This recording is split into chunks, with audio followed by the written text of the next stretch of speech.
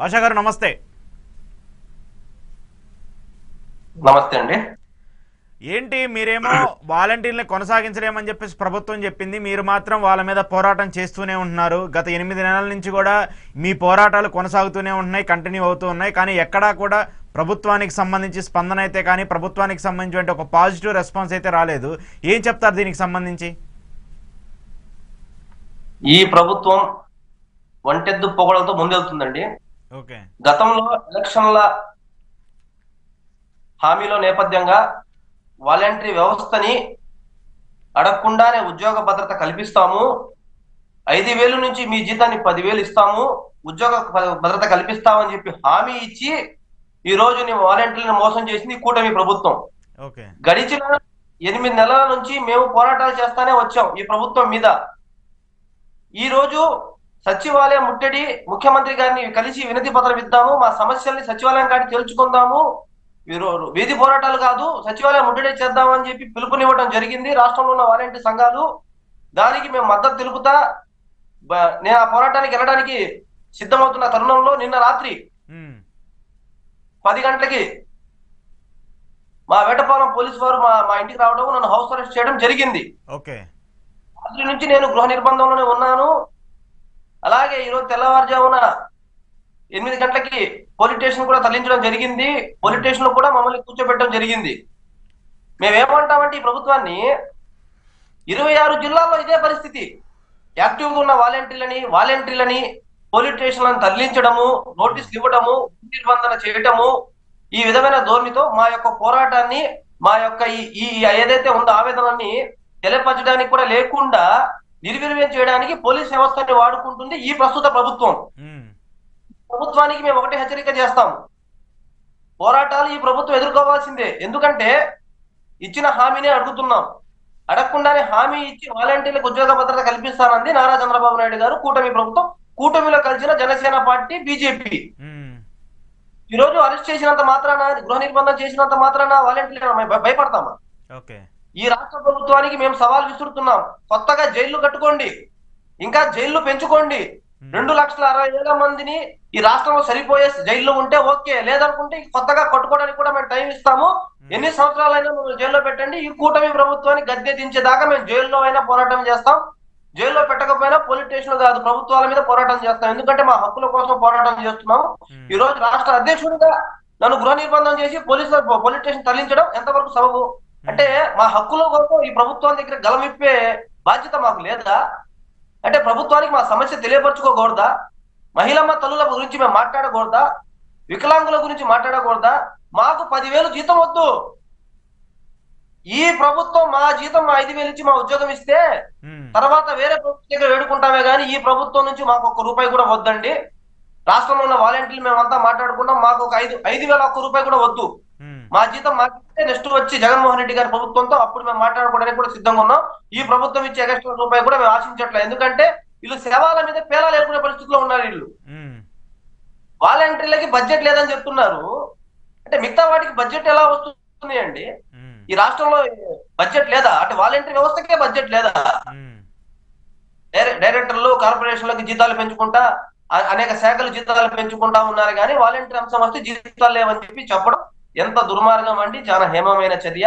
నిన్నటి నుంచి నన్ను పోలీస్ స్టేషన్ లో నిర్బంధించడం, ఇది ఎంతవరకు న్యాయం, ఎంతవరకు సబబు? ఎంతమందిని అరెస్ట్ చేశారు రాష్ట్రంలో? రాష్ట్రం మొత్తం అరెస్ట్ చేయడం, అరెస్టుల పరంపర కొనసాగించారు. మళ్ళీ పిలుపునిస్తాం, ఏ పోలీస్ స్టేషన్ లో కూర్చోబెడతారో కూర్చోబెట్టండి. ఈసారి పోలీస్ స్టేషన్ లోనే ఆహార దీక్ష చేయడానికి కూడా మేము సిద్ధంగా ఉన్నాం. ఎన్నిసార్లు జైల్లో పెట్టినా కానీ మేము భయపడేది లేదు. మా హక్కుల కోసం మేము పోరాటం చేస్తాం. నారా చంద్రబాబు నాయుడు గారు గద్దె దించే బాధ్యత వాలంటీర్లు అయితే తీసుకుంటారు. ఇదైతే వాస్తవం. ఓకే.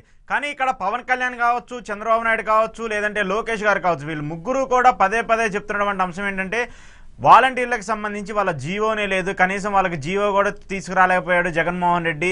అసలు లేని దాన్ని మేము ఎలా తీసుకొస్తాము, లేని వాళ్ళకి మేము 10,000 ఎలా ఇస్తాము, వాళ్ళకి ఉద్యోగ భద్రత ఎలా కల్పిస్తామంటూ కూడా కూటమికి సంబంధించినటువంటి నేతలందరూ కూడా మాట్లాడుతున్నారు. మరి భద్రత లేనటువంటి మీ ఉద్యోగాలకి ఎలా భద్రత కల్పించాలి? వాళ్ళంటే వాళ్ళ ఎన్నికల హామీ కోసమో లేదంటే ఎన్నికల్లో గెలవడం కోసం మిమ్మల్ని ఒక స్టంట్గా వాడుకున్నారు. కానీ ఇప్పుడు డైరెక్ట్గా మిమ్మల్ని పక్కన పెట్టే ప్రయత్నం అయితే చేస్తున్నారు కదా.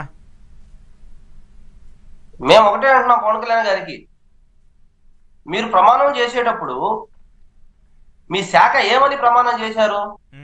పంచాయతీరాజ్ మంత్రిగా ప్రమాణం చేశారా, రాష్ట్ర ఉప ముఖ్యమంత్రిగా ప్రమాణం చేశారా? అంటే భారత రాజ్యాంగంలో ఉప ముఖ్యమంత్రి పదవి అనేది చట్టం ఎక్కడా లేదు. ఉపరాష్ట్రపతి మనం కల్పించుకున్నాం, ఇది వాస్తవం కదా. మీరు అలాంటి పదవి మీరు కల్పించుకున్నప్పుడు జీవో లేకపోతే వాలంటీర్లకు జీవో ఇవ్వడానికి చేత కాదా ఈ ప్రభుత్వానికి? అది కల్పించుకున్నారు కదా. ఉప ముఖ్యమంత్రి అనే పదవి లేదు కదా చట్టం రాజ్యాంగబద్ధంలో. ప్రమాణ స్వీకారంలో కూడా ఉప ముఖ్యమంత్రిగా ఏ మంత్రి చేసిన దాఖలాలు ఎక్కడ లేవు కదా. అవి సృష్టించుకున్న వాళ్ళు జీవో లేదు, సరే వాస్తవమే. 4 సంవత్సరాలు జీవో ఇచ్చారు కదా జగన్మోహన్ రెడ్డి గారు, లాస్ట్ ఇయర్ ఇవ్వలేదేమో. సరే కావాలని చేశారో, మర్చిపోయి చేశారో, లేదో సరే ఇంకొక విధంగా చేశారో, సలహాలు సూచనలు ఇచ్చేవారో అనుకుందాం. ప్రస్తుతం మీ గవర్నమెంట్ వచ్చింది కదా, మీరు జీవో ఇవ్వలేరా? మీరు ఇస్తే కొనసాగించలేరా? అంటే ఈ ప్రభుత్వం కావాలని వాలంటరీ వ్యవస్థని ప్రక్షాళన చేయాలి, ఈ వాలంటరీ వ్యవస్థ రూపులేకుండా చేయాలని దాని మీదే ఈ ఒక జీవోని బూచిగా చూపిస్తున్నాయి. వాస్తవం చెప్తున్నానండి, జగన్మోహన్ రెడ్డి గారు ఒకవేళ జీవో ఇచ్చినట్టుంటే ఇంకొక సాకు పట్టుకునేవాళ్ళు, అవినీతిలో వైఎస్ఆర్సీపీ కార్యకర్తలను ఇంకో విధంగా. దానికంటే ముందు ఒక సాకు దొరికింది కాబట్టి కావాలని చెప్పి జీవోని బుజ్జిగా చూపించారే గాని, ఒకవేళ జీవో ఉన్నప్పటికీ మేము రెన్యువల్ చేయమని చెప్పి తర్వాత వీళ్ళు అడ్డు తిరిగేవాళ్ళు. ఎట్లాగానే వీళ్ళు వాలంటరీ వ్యవస్థని ప్రక్షాళన చేయాలి. చంద్రబాబు నాయుడు గారికి ఒకటే అంటున్నాం, కొద్దిగా బుద్ధి, జ్ఞానం, సిగ్గు కూడా ఉండాలి. ఈ మాట ఎందుకు చెప్తున్నానంటే, విజయవాడ వరదల్లో బుడవేరు వాగొచ్చి విజయవాడ అల్లకల్లోలం అయితే 1 వీక్ తర్వాత వాలంటరీ వ్యవస్థని వాడుకున్నారా లేదా? ఆన్ రికార్డెడ్ గా నేను అడుగుతున్నా మీ ఛానల్ ద్వారా ప్రభుత్వానికి, ప్రజలకి. ఆ రోజు మీరు ఎందుకు వాడుకున్నారు? వాలంటీర్లు కానప్పుడు, వాలంటీర్లకు జీవో లేనప్పుడు ఈ ప్రభుత్వానికి సిగ్గు గాని, ఎక్కువ గాని, చిత్తశుద్ధి గాని ఉందా? మమ్మల్ని ఎందుకు వాడుకున్నావు? వాడుకున్న దానికి జీతం ఇచ్చావా? లేదా మేము జీతం అడిగామా? కొద్దిగా బుద్ధి ఉందా? బుద్ధి లేని పనులు చేస్తున్న చంద్రబాబు నాయుడు గారు వయసు మళ్ళీపోయి 75-78 సంవత్సరాలు పైబడి ఉన్న మనిషి అల్జిబ్రాస్ వచ్చి మర్చిపోయాడు, వాలంటీర్కి ఇచ్చిన వాగ్దానం మర్చిపోయాడు. ముందు అది గుర్తు తెచ్చుకోమనండి. ఎట్లా వాడుకున్నారు అసలు మనల్ని? అదే చిత్తశుద్ధి ఉంటే, అదే పౌరుషం కనుక ఈ పార్టీకైనా ఉంటే అసలు మమ్మల్ని ఎందుకు పిలవాలా? మీరే వాడుకోవాలా? లేదా మీ టీడీపీ వందే భారత్ గదులతో వాడుకోవాలా? లేదా మీ జన్మభూమి కమిటీలతో వాడుకోవాలా? వాలంటీర్లు ఎట్లా వాడుకున్నావు నువ్వు? విజయవాడ వాలంటీర్లే. కొద్దిగా బుద్ధి ఉందా? ఆశ కలిగింది, అప్పటికన్నా మమ్మల్ని తీసుకుంటాడేమో అని చెప్పి కష్టపడి వాలంటీర్లు ప్రాణాలు లెక్క చేయకుండా విజయవాడ వరదల్లో మునిగి సేవ చేసి సొంత డబ్బులతో దుప్పట్లు పంచి వాళ్ళకి కావాల్సిన సరుకులు కూడా కొంతమంది వాలంటీర్లు చేస్తే ఈ రోజు నువ్వు మాకు ఇచ్చిన గౌరవం ఇదా? అంటే అవసరాన్ని వాడుకునే వ్యక్తి చంద్రబాబు నాయుడు గారు. ఇది వాస్తవం, కూలంకషంగా చర్చించి చెప్తున్నా. ఈ మాట ఎందుకు అంటున్నానంటే, స్వయాన వాళ్ళ మామగారిని కూడా అవసరానికి వాడుకునే కదా వెన్నుపోటు పొడిచింది.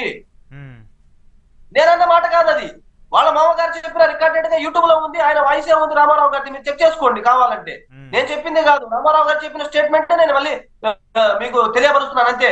అబద్ధాల కోరిన మమ్మల్ని వాడుకొని ఈ విధంగా ముంచి